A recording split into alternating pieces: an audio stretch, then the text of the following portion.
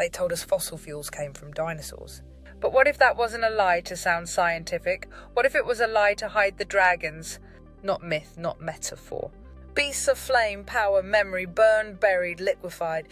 Every engine you start, every plane that flies, every light that burns, it runs on dragon ash. And we were taught to thank the fire, not ask what or who they fed it. This is the story they turned into geology. This is the real meaning of fossil fuel. And it's been right under your wheels this whole time. They told us dragons were just myth, but the ancient scrolls speak of something else. The Bible doesn't hide Leviathan, it describes it. A massive serpent of flame and chaos dwelling beneath the waters.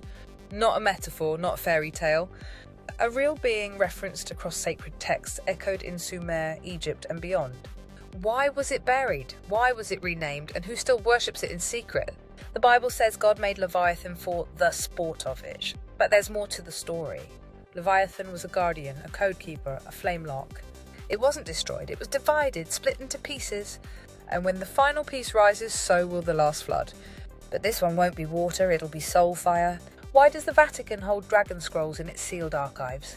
Why do ancient texts under lock and key match serpent myths from across the globe? From fossil fuels to fossil truths, we've been lied to.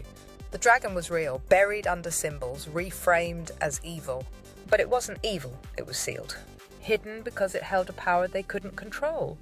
And some believe it's waking up. The waters above, the waters below. The firmament wasn't sky, it was containment. Leviathan was part of the lock system encoded into the deep. It's mentioned in Job, it's hinted at in Psalms. And when John saw the beast rise from the sea in Revelation, was it Leviathan breaking the seal? The flood didn't just cleanse, it covered something up. Leviathan's body was flame, and ancient flame leaves behind power. They dig it up, they burn it.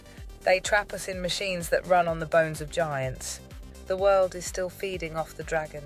And it's not just fuel, it's ritual. Leviathan wasn't a monster, it was a guardian of the realm. A being of light and flame tasked with containing the abyss. When the watchers fell and opened the lower gates, Leviathan held the line. But it was betrayed, slain, drained. And its bones scattered. What remains now powers the parasite's world. Oil is dragon blood. The elite know this. It's why they call it black gold. Every pipeline is a siphon, every barrel a ritual. They burn the flame, they feed on the power. And they cover it with greed and industry, but it's always been sacrificial. Leviathan wasn't alone. The behemoth ruled the land and Ziz the sky. Together they were the balance, but the Nephilim consumed them. They used their bones for weapons, their scales for armour, their names for blasphemy. And in return, the flame cursed them with hunger that never ends.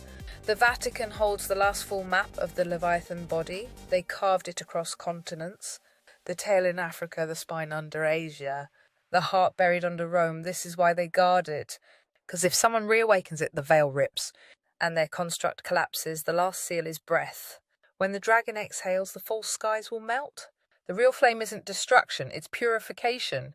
And when Leviathan rises, the parasites burn, and the ones with true flame return home.